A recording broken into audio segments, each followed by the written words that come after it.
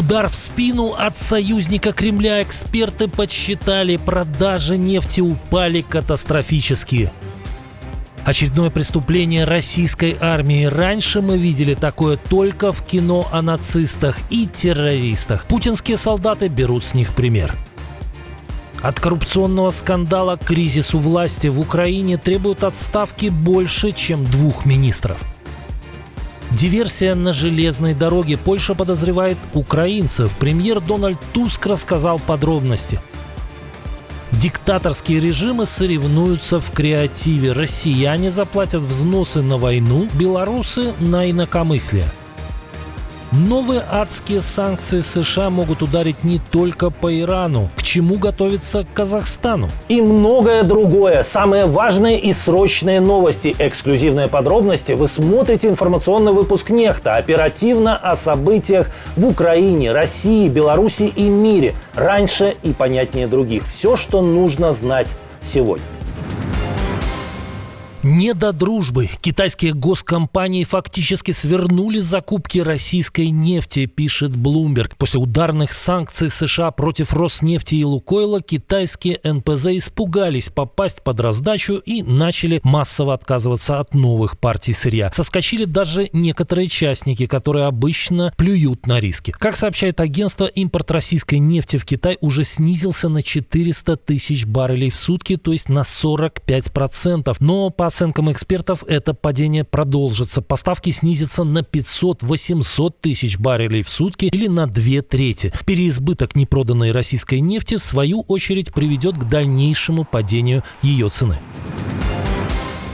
Российские захватчики снова совершили военное преступление. По данным Донецкой областной прокуратуры и СБУ, 10 ноября командир одного из российских подразделений приказал подчиненным продвигаться по жилой застройке Покровска, прикрываясь местными жителями, мужчиной, женщиной и 13-летним ребенком. Классическая тактика террористов в исполнении регулярной армии. Следствие указывает на 1-й мотострелковый батальон 506-го полка российской армии, который атаковал юго-восточную окраину города. Такие эпизоды – прямое нарушение международного гуманитарного права и еще одно доказательство того, что российские войска системно используют заложников. Расследование уже идет, и подобные факты становятся ключевыми для будущих трибуналов. Коррупционный скандал вокруг дела Мидаса углубляет политический кризис в Украине. Депутаты из фракции «Европейская солидарность» заблокировали трибуну Верховной Рады. В повестке дня заседания было 2 вопроса: увольнение министра юстиции Германа Галущенка и министра енергетики Світлани Гринчук. Ви сьогодні звільняєте 2 міністрів, які в корупційній схемі, які навіть цього не приховують. Вони потікали, їх немає в залі. Бывший президент Петр Порошенко заявил, что его фракция не даст голосовать за отставку только этих 2 министров, назвав их козлами отпущения. Україна переживає найбільшу загрозу свого існування з 22 року, 24 лютого. І якщо зараз які питання треба вирішувати, це питання довіри українського народу до влади. Депутаты Европейской солидарности потребовали отставки всего правительства. Ми не можемо продовжувати далі нашу роботу, тому... Спикеру парламента Руслану Стефанчуку пришлось объявить перерыв. Позже стало известно, что заседание закрыли. Сопредседатель Евросолидарности Ирина Геращенко заявила, что фракция собирает подписи за отставку Кабмина. Ранее Порошенко призвал к созданию новой коалиции в Верховной Раде. В Польше в подрыве железнодорожных путей подозревают украинцев. Об этом сообщил премьер-министр страны Дональд Туск. По словам главы правительства, правоохранительные органы установили личности 2 подозреваемых в причастности к теракту 16 ноября. Оба граждане Украины. Mówimy o 2 stwierdzonych aktach. Говорим о 2 установленных актах диверсии в МИКе в районе Пулав. Установленные лица 2 граждан Украины, которые длительное время сотрудничали с российскими спецслужбами. Как заявил Туск, подозреваемые приехали в Польшу из Беларуси этой осенью. После произошедшего выехали обратно через погранпереход в Тирасполе. Польский премьер заявил, что один из мужчин ранее был осужден во Львове за саботаж. Второй родом из Донецкой области и ранее работал в прокуратуре. Туск заявил, что польские спецслужбы уже подтвердили, для подрыва была использована взрывчатка военного типа Си-4 с прикрепленным к ней кабелем длиной 300 метров. Устройство взорвалось под грузовым поездом, повредив ходовую часть и пути. Сегодня мы имеем дело с актом саботажа в Польше, который мог привести к серьезной катастрофе с человеческими жертвами, но ошибки нападавших сыграли нам на руку. Именно поэтому я говорю, что граница уже перейдена, и это очень серьезный вопрос. Киев готовит перезапуск переговоров с Россией. Сегодня, 19 ноября, Зеленский прилетает в Турцию. Туда же, по данным СМИ, прибудет и спецпредставитель президента США Стив Уитков. На повестке перезапуск стамбульского формата, который фактически умер еще летом. А вот в Москве, где на прошлой неделе на разные лады и Лавров, и Песков заявляли о своей готовности к диалогу, теперь говорят, что в Стамбул российская делегация не поедет. Об этом сообщил пресс-секретарь Кремля. Песков уточнил, что никаких своих представителей Москва в Стамбул не посылает. Контактов Владимира Путина с американским спецпосланником Стивом Уитковым или турецкой стороной пока не планируется. Пока эти контакты осуществляются без российского участия. По словам помощника Путина, Москва не получала никаких сигналов от Киева о готовности начать диалог. Россия продолжает оставаться открытой для переговорного процесса. Наша позиция хорошо известна, она хорошо известна и в Вашингтоне, она хорошо известна и в Стамбуле, и хорошо известна в Киеве.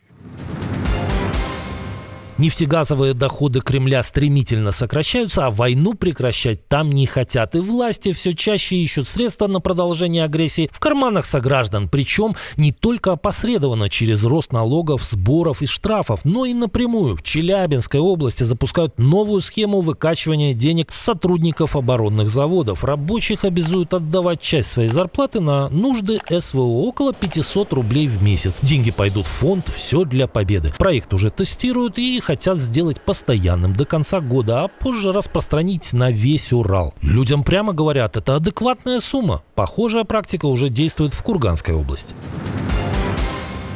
Ну и пока с обычных работяг в России на войну трясут по 500 рублей, родственницы Путина выделят 50 миллиардов.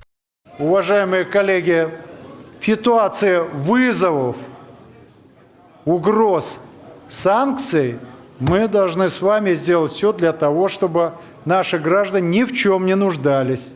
Госдума утвердила федеральный бюджет, а это в том числе значит, что в ближайшие 3 года фонд «Защитники Отечества», который возглавляет племянница хозяина Кремля Анна Цивилева, получит 50 миллиардов рублей. Это почти на 8 миллиардов больше, чем планировалось. Лоббировала это «Единая Россия», объясняя, что деньги нужны для помощи 400 тысячам участников войны против Украины. За 2 года фонд уже освоил больше 50 миллиардов. В отчетах звучат красивые цифры. Миллионы обращений, тысячи социальных координаторов, сотни тысяч ветеранов получили медпомощь. Но на практике все куда приземленнее. Бойцы массово жалуются, что юридическую помощь им дают с помощью Гугла, а в оформлении документов часто просто отказывают. В общем, дорого бюджету обходится не только дядя Вова. А стоит помнить, что у Путина не одна племянница. Как рассказал недавно проект, Путин за 26 лет правления пристроил в систему власти 24 родственника. За 353, против 1 депутат. Президент мира готов к войне. Нанес бы я удары по Мексике, чтобы остановить наркотики. Меня это устраивает. Трамп заявил, что недоволен тем, как власти соседней страны борются с картелями. Единственное условие – одобрение Конгресса, но Трамп уверяет, и республиканцы, и вменяемые демократы поддержат операцию. Я разговаривал с Мексикой, они знают мою позицию. Мы теряем сотни тысяч людей из-за наркотиков. Теперь мы перекрыли водные пути, но мы знаем каждый маршрут. Белый дом уже внес ряд мексиканских картелей в список террористических организаций, а СМИ сообщают о планах операций. Удары дронов по лабораториям, ликвидация боссов наркобизнеса, охота на сети поставщиков. Мы знаем каждый маршрут, мы знаем адреса каждого наркобарона, мы знаем их адреса, мы знаем их входные двери, мы знаем все о каждом из них. Они убивают наших людей. Это как война. На фоне эскалации США вызвали посла Мексики, а Мехико заявил о необходимости уважать его суверенитет. Параллельно Трамп отправил к берегам Венесуэлы ударную группировку ВМС во главе с авианосцем USS Джеральд Форд и дал старт операции «Южное копье». Режим Лукашенко снова сражается с тунеядцами, де-факто с их семьями. Ранее власти требовали оплату коммунальных услуг в повышенном размере с тех, кто попал в базу незанятых в экономике. Но с остальных, прописанных в жилье, брали по обычному тарифу. Теперь по повышенным расценкам должны платить и все остальные члены семьи. Многие белорусы уже получили жировки за октябрь и испытали реальный шок. На самом деле в тунеядцы власть записала в основном сотни тысяч соотечественников, сбежавших от репрессий после августа 2020-го. Так что де-факто Лукашенко ввел дополнительный налог для семей инакомыслящих. Интересно, сколько осталось до возврата Сталинского института членов семьи врагов народа? Как думаете? Если в Конгрессе США одобрят новые адские санкции против России, это может ударить не только по самым нелюбимым Вашингтоном союзникам Кремля, вроде Ирана. Готовиться к неприятностям стоит и другим партнерам Москвы. Издание «Шиндек» пишет о том, как будущие американские ограничения могут сказаться на Казахстане. Какие риски появляются для Казахстана? Во-первых, введение скрытых тарифов на казахстанские товары, где есть российская сырьевая составляющая, ставя под удар металлургию, нефтехимию, урановые цепочки, машиностроение, агросектор. Если законопроект будет принят, пишет Шиндек, любой скачок товарооборота между Казахстаном и Россией будет интерпретирован как уклонение от санкций, даже если поставка будет абсолютно легальна. По мнению авторов публикации, санкции могут ударить и по логистике, транзитным компаниям, казахстанским перевозчикам, хабам, работающим с РФ, и по банкам, обслуживающим экспортно-импортные операции.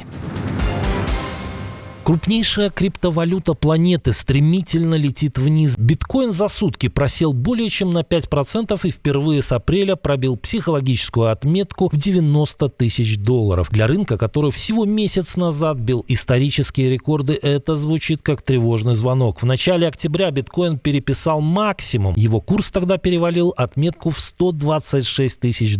Все выглядело как новая эра безудержного роста, но почти сразу началась коррекция. Сперва падение к 100 тысячам, теперь пробитие нового дна. Отдельное спасибо, что досмотрели до конца. Спасибо за ваше доверие. Жду развернутых комментариев, лайков и репостов. Это важно, чтобы нас становилось больше. На этом пока все. До новых встреч и хороших вам новостей.